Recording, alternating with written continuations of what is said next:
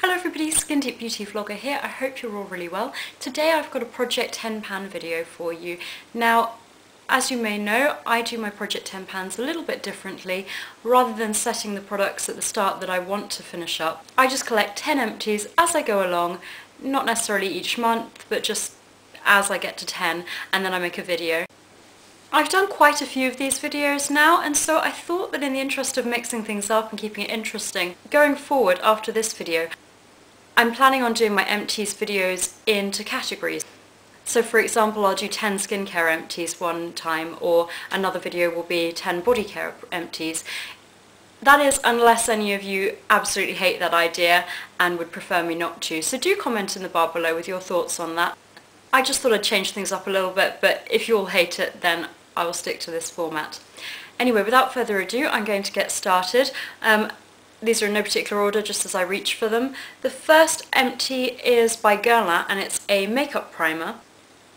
Now, Guerlain is one of my all-time favourite brands. I love their skincare, their fragrances are amongst my favourites, and of course their makeup as well. So I had really high expectations for this. This is actually called the Radiance Concentrate with Pure Gold. And what it looked like when it was in the bottle, I mean, a really chic bottle. This is sort of quite weighty, it's glass, so maybe not ideal if you travel a lot, but it looked like a clear gel with little flecks of gold. I don't know if you're going to be able to see some that have caught on the edge. Now, some people may dislike that kind of product, think it's quite gimmicky, and it is. I wouldn't say that I noticed a huge difference to the brightening effects in my skin. Also, I mean, it's a very lightweight formula. If you don't like those sort of heavy silicone-laden gels, then this could be one for you, but I just wouldn't really repurchase it. I liked it in that it didn't break me out, as a lot of primers can do. Benefit the professional, I'm looking at you. However, I just think that this is a little bit overpriced. It's around £40 to £50 depending on where you buy it, and it was nice, but it didn't make sufficient difference for me to justify repurchasing it. I'll probably stick to the Urban Decay Brightening Primer Potion. I really like that one. So maybe once I've used up some of the other primers that I've got, then I will try that one. Next up, I used one of the Korres shower gels. Now this is in the old style packaging, and it is in the scent Basil Lemon. It was fine, you know, very refreshing, nice to use in the mornings. I probably wouldn't repurchase it. Maybe I might try some of the other fragrances. I have tried their Vanilla Cinnamon, I think it's called, in the past, and enjoyed that. But you know, I do like that these are free from a lot of the nasties. They don't contain sodium lauryl sulfate, which does have a tendency to dry out my skin. But I've tried nicer shower gels. I'm always mixing up my shower gels anyway, so it's rare for me to repurchase one. It was fine. I didn't love it, I didn't hate it, but I probably won't repurchase it. There's other shower gels that I prefer. I really like the ones by Ren. Talking of Ren, I used up the Micro Polish Cleanser. Now, this is featured in a favourites video before and in my skincare routine, I believe. I really enjoyed this. Now, it's not the best if you've got very sensitive skin. I mean, I'm quite sensitive, but I just used it less regularly than some people with hardier skin types may. Had a wonderful fragrance, as a lot of the Ren products do, particularly the ones from this Radiance range with sort of orange line across them. This is pricey, and when I first got it, the tube almost felt like half empty. However, it did last me a really long time, and as I said, I didn't use it overly regularly, probably like once, maybe twice a week, but really enjoyed it. I really like Ren as a skincare range anyway. I also like their body care products, and you know, it's all based around clean skincare. That's what the name means, so it's free from all the nasties, and this just really worked. It left my skin glowing.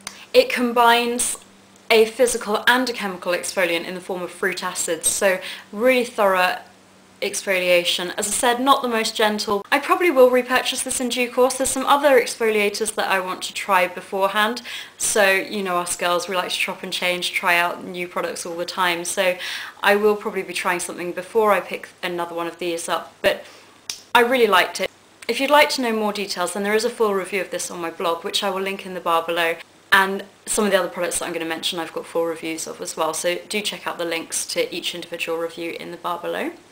Another skincare product that I used up was the Clarins Hydra Quench Biphase Serum. I love this. This is one of my holy grail skincare items. I have very dehydrated skin, and particularly in winter, I just go through this. I use this every single day, give or take, unless I feel that my skin doesn't need it. But 9 times out of 10, my skin does need an extra boost in the winter.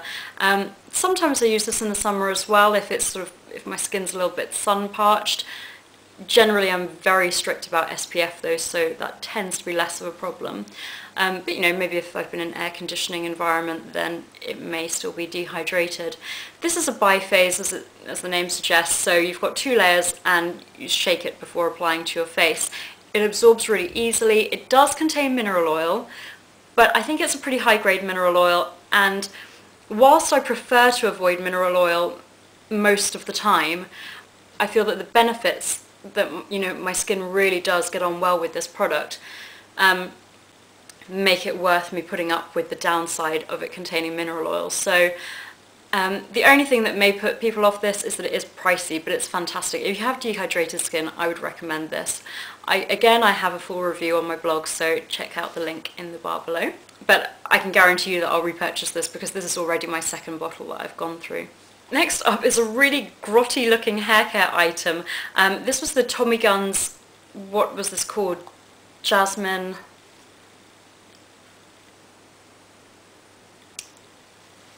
I think it's called the Jasmine a Wild Nettle hair conditioner. The reason I can't tell you is because the paper label has just sort of pretty much disintegrated, which I really don't like. I feel that it's sort of, you know, how much is it really going to cost them to print a waterproof label on a product that you're going to be using in the shower? So I disliked that about it. Again, there's a full review of this on my blog. The scent was incredible. It's a very floral jasmine fragrance that might not be for everyone, but I liked it. I went through this fairly quickly. As you can see, it's a pretty small bottle. Again, I can't tell you how many mils, but what is that? Probably, I'd say just over 100 ml, maybe. I don't know, I'm not great at guessing sizes, but now I have very fine hair, and I think this was just a tad too heavy for my hair, so I tended to alternate this with the Clarins oat milk conditioner, which is rubbish and does absolutely nothing. If you have dry hair, then this would be fantastic for you if the scent doesn't bother you. I really liked it, but because I found it a little bit too heavy, if I used it for, say, a couple of days in a row, and I do wash my hair every day, then I could start to feel a build up and I felt like my hair was being weighed down, so I won't repurchase it. I did enjoy the scent and the formula, apart from the fact that it felt like it was weighing down my hair. So I might try out more from the Tommy Gunn's range in future. At the moment, I'm quite happy with my hair care routine. I'm using the Lush American Cream Conditioner, and I really, really like that. It is a really wallet-friendly product, so if you're on a budget and have dry hair, then maybe check this out. Another wallet-friendly item was this Vintage Rose hand wash, and this is just from Tesco. I thought the packaging was really cute. I just kept this by my sink in the downstairs bathroom along with the matching lotion. I never use the lotion as quickly as the hand wash. I'm quite lazy about applying hand lotion during the day. I tend to just apply my hand cream at night. I don't like a greasy feeling on my hands. But so it's sort of more for show and for guests that I have the matching hand lotion. This was really cheap and I liked it. It had a delicate rose fragrance. I don't know if they still make this, but you know, it was nice. Cute pump dispenser, pretty cute packaging. If you have a Tesco near you, and I don't know if they still do this, but if they do, then maybe something to pick up next time you go grocery shopping in Tesco. Bit of a random one. I used up this Yotuel, I think that's how you pronounce it, Peroxide Whitening Toothpaste. Didn't like it, didn't feel that it particularly whitened my teeth, and you have to brush your teeth 3 times a day for 3 minutes, which I brush my teeth twice a day, but 3 times a day I think is a little bit much. I just can't see myself doing it. I think you can also sort of sensitize your teeth if you brush them sort of too much as well. It's not too good for the enamel to brush them sort of too soon after a meal. So I wouldn't repurchase this. I received it as a sample and it was a bit of a different one to my usual Crest or Colgate, so that's why I thought I'd include it, and just to say that it's rubbish, don't buy it. I think it's pretty expensive, I'm not too sure of the price, but I think that they've almost sacrificed I've also felt that this wasn't as breath freshening as I would like, and I don't know if that's that they've sacrificed a really minty, strong flavour for the whitening properties. I can't see why, because there's lots of whitening products that do still have a really nice breath freshening effect.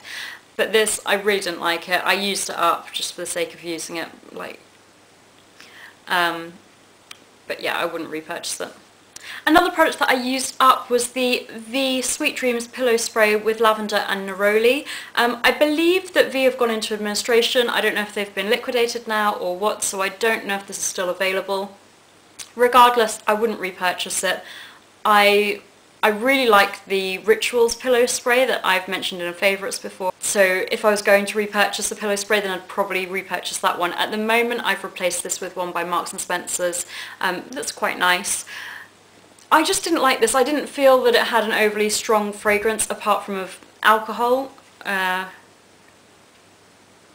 actually, this is the first time I've even read the ingredients, which is really bad as a beauty writer, but the first ingredient in it is alcohol, and yeah, that's all you can smell. It's not particularly relaxing.